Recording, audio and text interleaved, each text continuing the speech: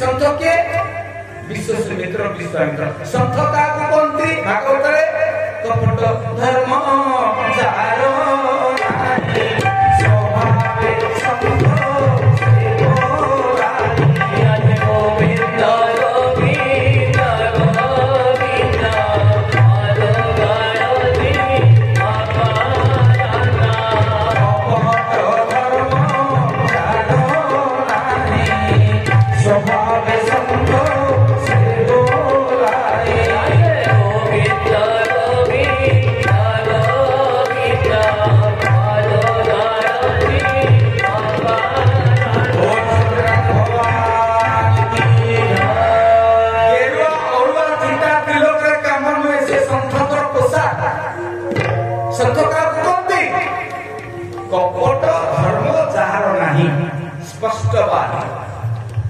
मत सत्य भगवान दास को एक भल लगुच आगे कौचे पाटीटा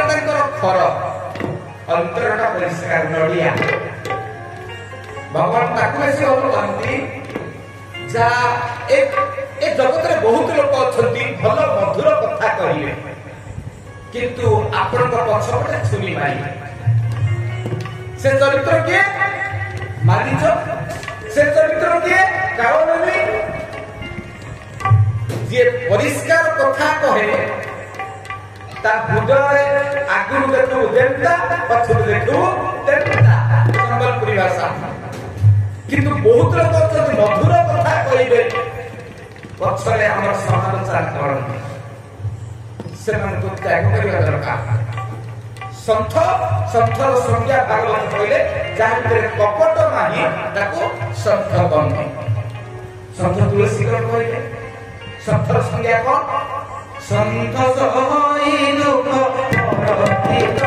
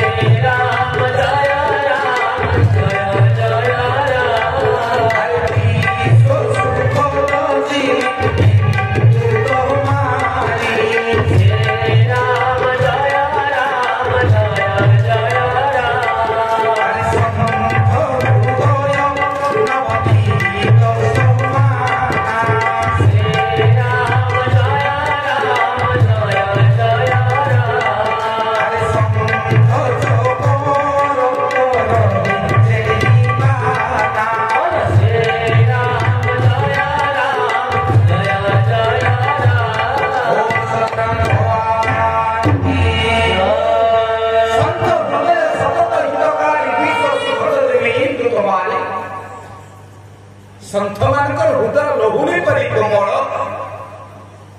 संत हृदय नवनीत समाना कहा कवि न करी कहीं न जाना संत मानकर विषय संत मानकर वर्णना कवि ମଧ୍ୟ କହିପାରିବେ ନା संत हृदय सतत हितकारी विश्व सुखद देवी इंदु प्रभा इंदु माने चंद्र चंद्र को कहीं तमारी कहते तम माने अंधार बोले बेले शत्रु चंद्र को तमारी कहना उद्देश्य चंद्र आसिले अंधार अवश्य जाए संत मान हृदय होची ठीक सेया जगत हित साधन करने से सदा सर्वदा तत्पर संत हृदय सतत हितकार कौ संत कार अधिक चिंता करते मुहरे गाली नहीं देवे मुहरे नानाटी कथा कहिबे किंतु भीतरटा नरम ताकि संत कहती तो ये विश्वामित्र चिंता कले तीनोटी कारण पाई से वर्तमान रघुनाथ को संगरे नवा पाई स्थिर कले प्रथम कारण मु कथा जे आसीची दशरथ लोभ के जी तुमको चारटा कहू दे द्वितीय कारण ए संसार में ज्ञान और भक्ति जदि परस्पर एकाठी न होबे ज्ञान व्यतीत भक्ति असंपूर्ण भक्ति व्यतीत ज्ञान असंपूर्ण। आप देखिए कौ लोक को ज्ञानी कह दोहा चौपाई निचे घोषी गीता भागवत को घोषी से ज्ञानी नुह। ज्ञानी क्या कहते नम्रन्ति फलिनो वृक्षा नम्रन्ति गुणिनो जनाः। ज्ञान ताकू कहते जेतले ज्ञानी लोकटा नई जाए प्रकृत ज्ञानी से नई जाए अल्प ज्ञानी से बड़ बड़ अगाध संचरी रोहित नैवगर्भित मंडूष जलमात्र सफली कट्रा बड़ माछ पानी रे बुड़े किंतु दंडीगिरी माछ बड़ बड़ हुए। कौन टिके दोहा चौपाई दिटा घोषी दे तबे मु होती महाज्ञानी किंतु ताकू ज्ञानी कहते ज्ञानी काहकु कहते जे ज्ञानर भरारे नई जा आकाशर जल भरा बादल नई जा फल भरा गछ नई जा ज्ञान भरा मनुष्यता नई जा। वेद कहिले कहले जे विद्यावान जे ज्ञानीवान से कौन हुए ना सा विद्या विद्या ददाति विनय। विद्या का कहती मु डाक्टर इंजीनियर एक विद्या कहती विद्या जहाँ विनयता प्रदान करे जहाँ नम्रता प्रदान करे ताको विद्या कहते। तेणु आज विश्वमित्र चिंता करें भगवान राम होती ज्ञान भक्ति गोटे जगह रही ज्ञान गोटे जगह रही ज्ञान और भक्ति को से मिसई देवे परफेक्शन संपूर्ण सफल हो ज्ञान को भक्ति सहित मिसाती किए संत एटी संत विश्वामित्र होती संत ज्ञान और भक्ति को सहित मिसाई मन गोटे संकल्प आप जानते सीताराम विवाह किए नई गले ज्ञान भक्ति किए नईले आगे ज्ञान नईले अति धन्यवाद आप अर्थात सीता फूलमाला धरी ठिया होते भगवान राम नई पड़े अर्थ ज्ञानी लोकटा जो नई जाए से तो हृदय भक्ति प्रवेश करे। ये हूँ सीताराम विवाह आउ गोटे सारांश जुक्ति अर्थात अल्प ज्ञानी लोक नई बने प्रकृत ज्ञानी लोक नई जाए। तेणु यही चिंता करे विश्वामित्र विश्वामित्र चिंता करे हे रघुनाथ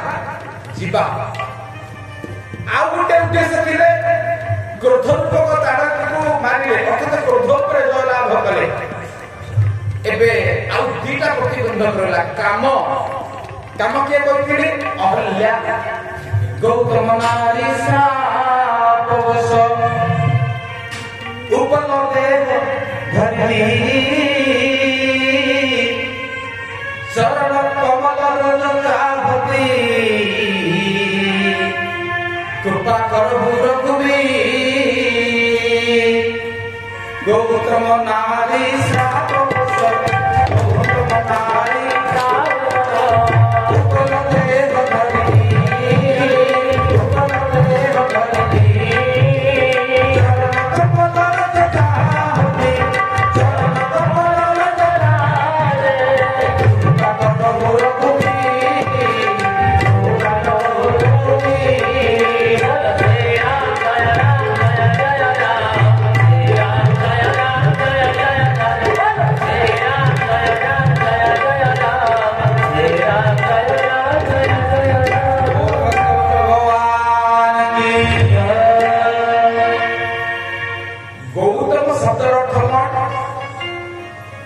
रामायण होती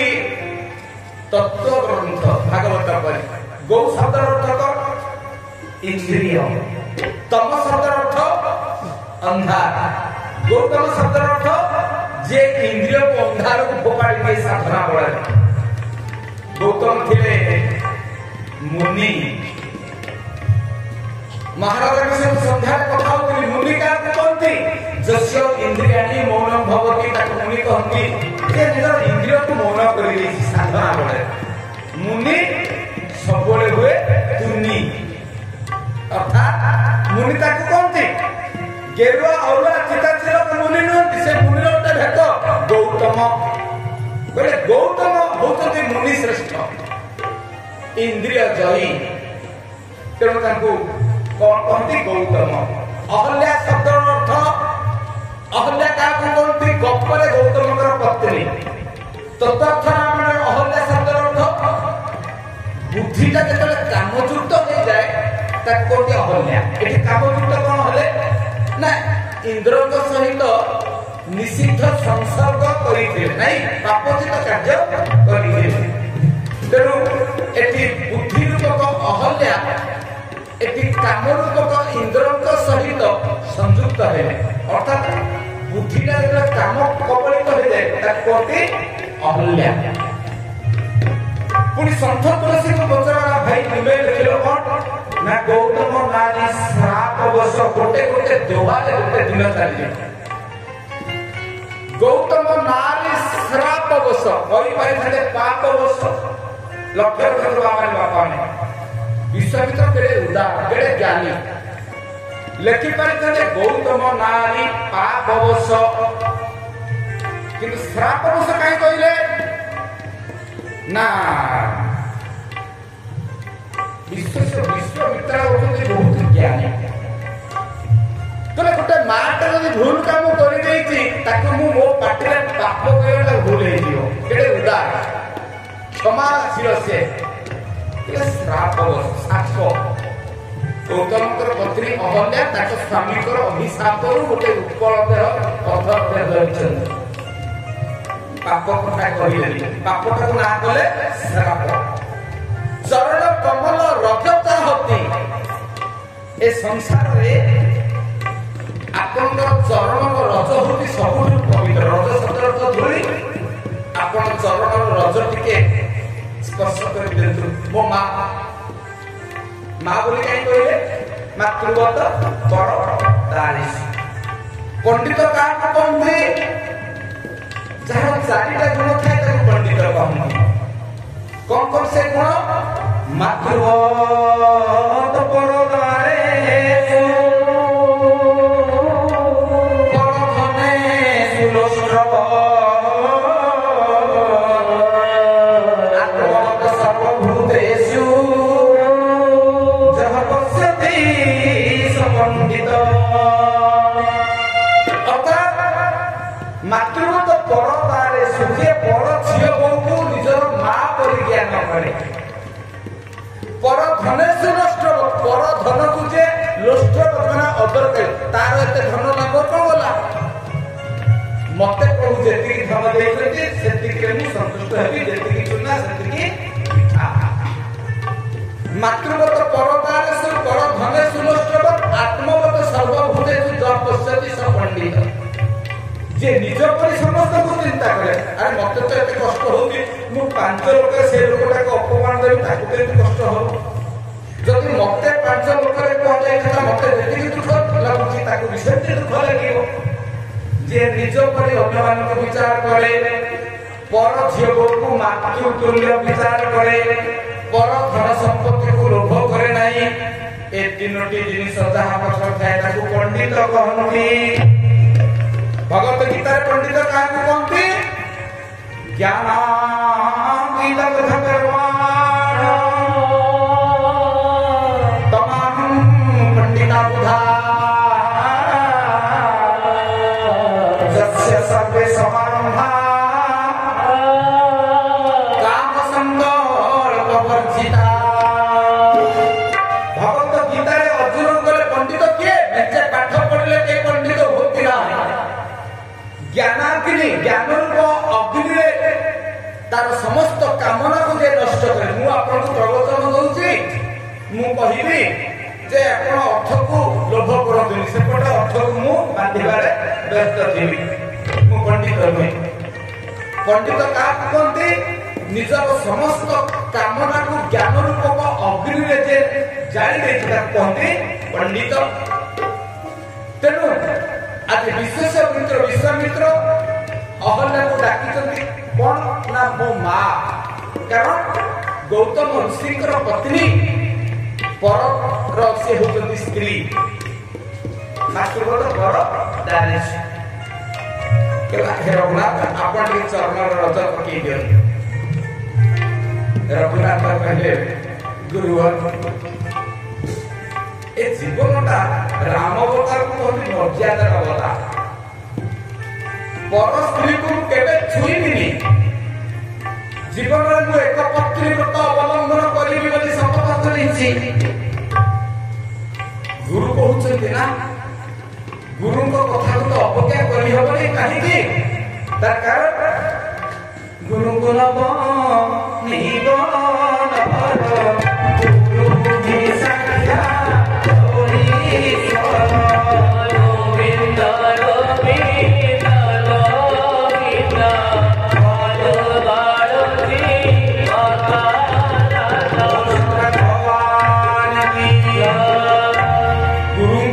ଜଗତଗୁରୁ ଆପଣ ହଉଛନ୍ତି ଗୁରୁ। ଗୁରୁ ହଉଛନ୍ତି ବ୍ରହ୍ମା ବିଷ୍ଣୁ ଶିବଙ୍କର ତ୍ରିଗୁଣାତ୍ମକ ରୂପ। ଆପଣଙ୍କ କଥା ଶିରୋଧାର୍ଯ୍ୟ। ଚରଣଟିକୁ ପାଦଟିକୁ ଉପରକୁ ଟେକିଦେଲେ, ସେତେବେଳେ ପବନ ଦେବତା ଝୋକାଏ ପବନ ପ୍ରବାହିତ ହେଲା, ରଘୁନାଥଙ୍କର ପାଦର ରଜ ବିଚ୍ଛୁରିତ ହେଲା ସେ ନିର୍ଜୀବ ନିଥର ନିଷ୍ପ୍ରାଣ ଶିଳା ଉପରେ। ଏବଂ ନାୟିକାଟିଏ ହେଇଗଲେ, ସୁନ୍ଦରୀଟିଏ ହେଇଗଲେ ରଘୁନାଥଙ୍କର ଚରଣର ରଜରେ। ଗୌତମ ମୁନିଙ୍କର ପତ୍ନୀ ଅହଲ୍ୟାକୁ ପ୍ରଭୁ ଶାପମୁକ୍ତ କଲେ। ମା ଅହଲ୍ୟା ଗୌତମ ପ୍ରଭୁଙ୍କୁ ସ୍ତୁତି କରିଛନ୍ତି ଏବଂ ଏବେ ବ୍ରହ୍ମଲୋକ ପ୍ରାପ୍ତ ହୋଇଛନ୍ତି। ଆଗକୁ ଯାଉଛନ୍ତି, ଆଗକୁ ଯାଉଛନ୍ତି। ରଘୁନାଥ ପଚାରିଲେ, ଗୁରୁବର ଆପଣ କାହିଁକି, ଏ ଜନକ କିଏ, ଏ ଧନୁଯୋଗ କାହିଁକି ହେଲା? একথা শুনিলা পরে বিশ্বমিত্র কহিলে, রঘুনাଥ এ জনক কিଏ জানিছ? এ জনক হଉଛନ୍ତି ଜଣିଏ ରାଜା ଯାହାଙ୍କର ମା ନାହିଁ କି ଯାହାଙ୍କର ବାପା ନାହିଁ। ବିନା ମା ବାପାରେ ଜନ୍ମ ନହ। ସୂର୍ଯ୍ୟବଂଶରେ ଜଣେ ରାଜା ଥିଲେ ଇକ୍ଷ୍ୱାକୁ, ଭାଗବତ ନବମ ସ୍କନ୍ଧ। ରାଜା ଇକ୍ଷ୍ୱାକୁଙ୍କର ଗୁରୁ ଥିଲେ କୁଳଗୁରୁ ବଶିଷ୍ଠ ପରମ୍ପରା କ୍ରମେ। ଦିନେ ରାଜା ଇକ୍ଷ୍ୱାକୁ ଗୋଟେ ଯଜ୍ଞର ଆୟୋଜନ କଲେ। କୁଳଗୁରୁ ବଶିଷ୍ଠ ଥିଲେ ତାଙ୍କର ଯଜ୍ଞ କୁଳତା। ଯୋଉ ଦିନ ଯଜ୍ଞ ଯେତିକି ବେଳେ ଆରମ୍ଭ କଥା ସେତିକି ବେଳେ ସ୍ଥିର ହେଲା କେତିକି ବେଳେ କୋଉ ଅମୃତ ବେଳେ ଯଜ୍ଞ ଆରମ୍ଭ ହବ। କୁଳଗୁରୁ ବଶିଷ୍ଠ ତାଙ୍କୁ କହିଲେ, ହେ ରାଜା, ମୁଁ ଅନ୍ୟ ଏକ ଯଜ୍ଞରେ ଯୋଗଦାନ କରିବା ପାଇଁ ଯାଉଛି, ନିର୍ଦ୍ଧାରିତ ବେଳରେ ଆସି ନିଶ୍ଚିତ ପହଞ୍ଚିବି। ବ୍ରାହ୍ମଣମାନେ ସମସ୍ତେ ଯାଇଛନ୍ତି। ଯଜ୍ଞ ବେଳ ଆସି ପହଞ୍ଚିଗଲାଣି। ଏପର୍ଯ୍ୟନ୍ତ କୁଳଗୁରୁ ବଶିଷ୍ଠଙ୍କର ଦେଖା ନାହିଁ।